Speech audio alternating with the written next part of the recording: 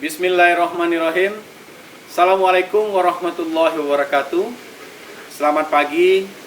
Salam sejahtera bagi kita semua. Om Swastiastu, Namo Buddhaya, salam kebajikan.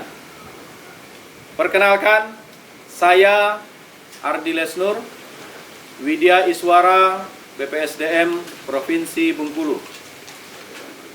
Dalam kesempatan ini, saya akan menyampaikan tentang strategi pembelajaran, mata pelatihan, penyusunan RKA, pelayanan publik dalam pelatihan kepemimpinan pengawas. Adapun kompetensi yang akan dibangun di dalam pelatihan kepemimpinan pengawas, pertama, membangun karakter dan sikap perilaku kepemimpinan Pancasila yang berintegritas, menjunjung tinggi etika birokrasi dan bertanggung jawab dalam pengendalian pelayanan publik di unit organisasinya sebagai bentuk perilaku kepemimpinan Pancasila dan bela negara. Kompetensi yang kedua,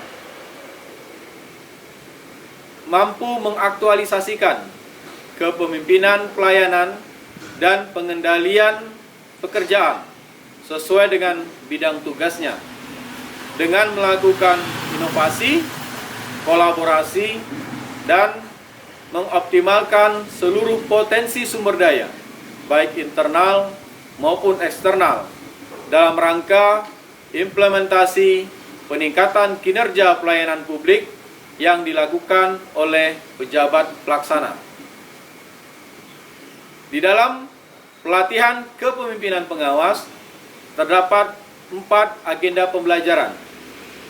Agenda ke-1, agenda kepemimpinan Pancasila dan bela negara.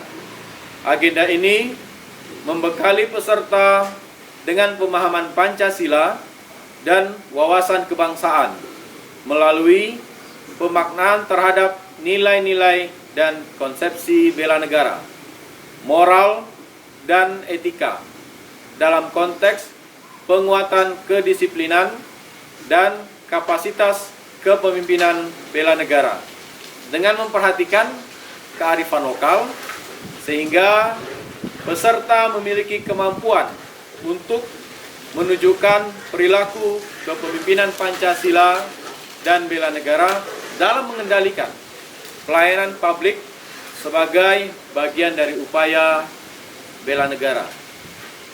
Agenda yang kedua yaitu agenda kepemimpinan pelayanan.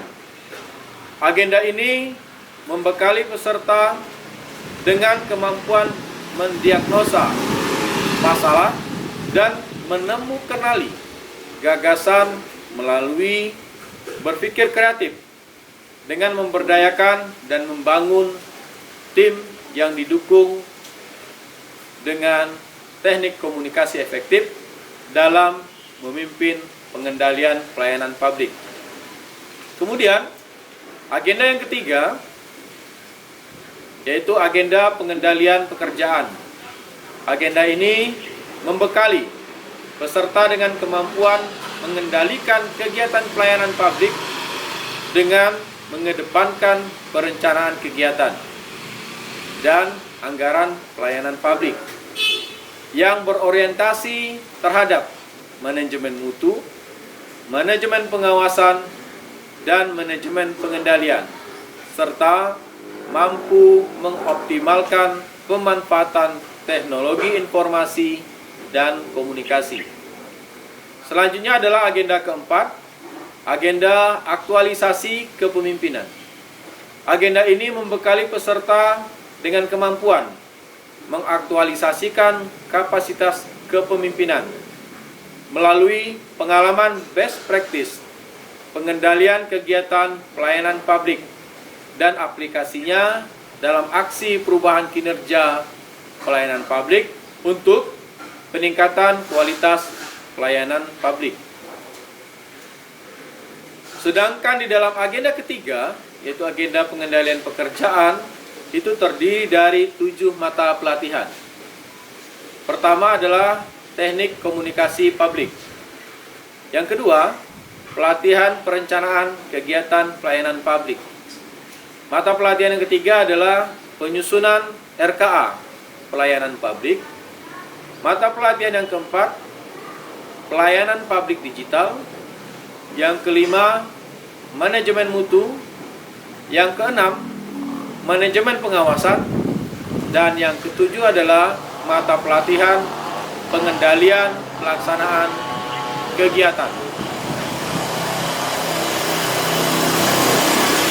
Mata pelatihan penyusunan RKA pelayanan publik adalah mata pelatihan yang membekali peserta dengan kemampuan menyusun rencana kegiatan dan anggaran melalui identifikasi inisiatif dalam rencana kerja sesuai dengan tugas pokok dan fungsi, serta kemampuan dalam menyusun rencana kerja anggaran.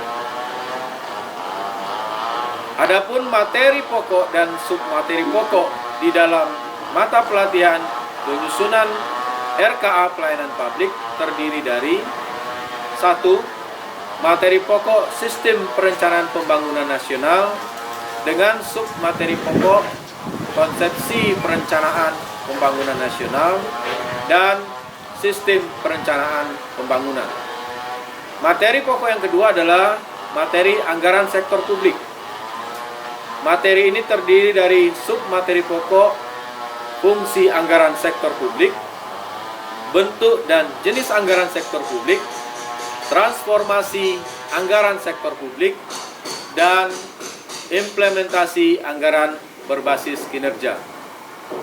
Materi yang terakhir adalah materi pokok penyusunan anggaran pendapatan dan belanja yang terdiri dari submateri pokok kebijakan dan prinsip penyusunan anggaran, mekanisme penyusunan APBN dan RKAKL, mekanisme penyusunan APBD dan RKA SKPD, serta praktik penyusunan APBN, RKAKL, APBD, dan penyusunan RKA SKPD. Di dalam mata pelatihan penyusunan RKA pelayanan publik, strategi pembelajaran yang diterapkan adalah strategi yang dikembangkan oleh KOP, bahwa para peserta telah memiliki concentrate experience. Para peserta juga mampu untuk merefleksikan observation-nya, serta para peserta pun mampu untuk melakukan abstract conceptualization, dan terakhir dengan menerapkan active experimentation. Strategi pembelajaran KOP ini dipilih dengan pertimbangan bahwa pembelajaran yang efektif akan tampak ketika seseorang dapat berkembang dalam siklus yang terdiri dari 4 tahapan, yakni pertama, memiliki pengalaman nyata yang diikuti dengan observasi dan refleksi terhadap pengalaman tersebut. Selanjutnya, hasil observasi dan refleksi dari pengalaman nyata tersebut akan dibawa pada pembentukan konsep abstrak yang berupa analisis dan generalisasi sebagai bentuk konklusi yang kemudian akan digunakan untuk menguji hipotesis pada situasi masa depan guna menghasilkan pengalaman baru. Kenapa strategi pembelajaran ini dipilih? Karena mempertimbangkan bahwa pejabat pengawas adalah seseorang yang telah menduduki jabatan dengan pengalaman kerja yang dirintis mulai dari bawah, mulai dari staf dengan beberapa tahun pengalaman kerja dan tempat kerja yang berbeda, dan sekarang menduduki jabatan eselon 4 atau jabatan pengawas.